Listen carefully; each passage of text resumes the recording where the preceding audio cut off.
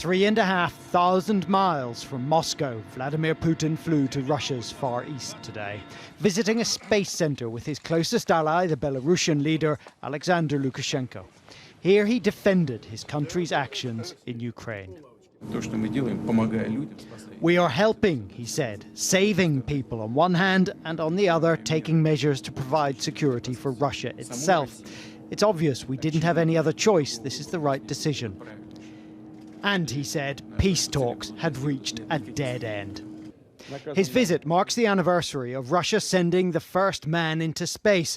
Mr. Putin, ever proud of the Soviet Union, said they'd done that despite Western sanctions. But the world has moved on, and so has Russia. There are people, especially amongst the young, who oppose what their government is doing in Ukraine and are brave enough to say so. It violates all norms of international law, and I'm totally against it.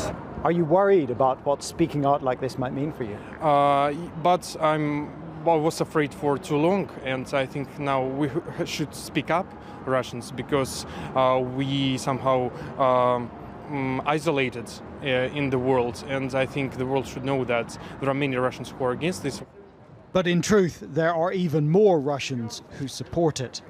The Ukrainians betrayed us, he says. They sold out to the Americans so the Americans could put their weapons near our borders.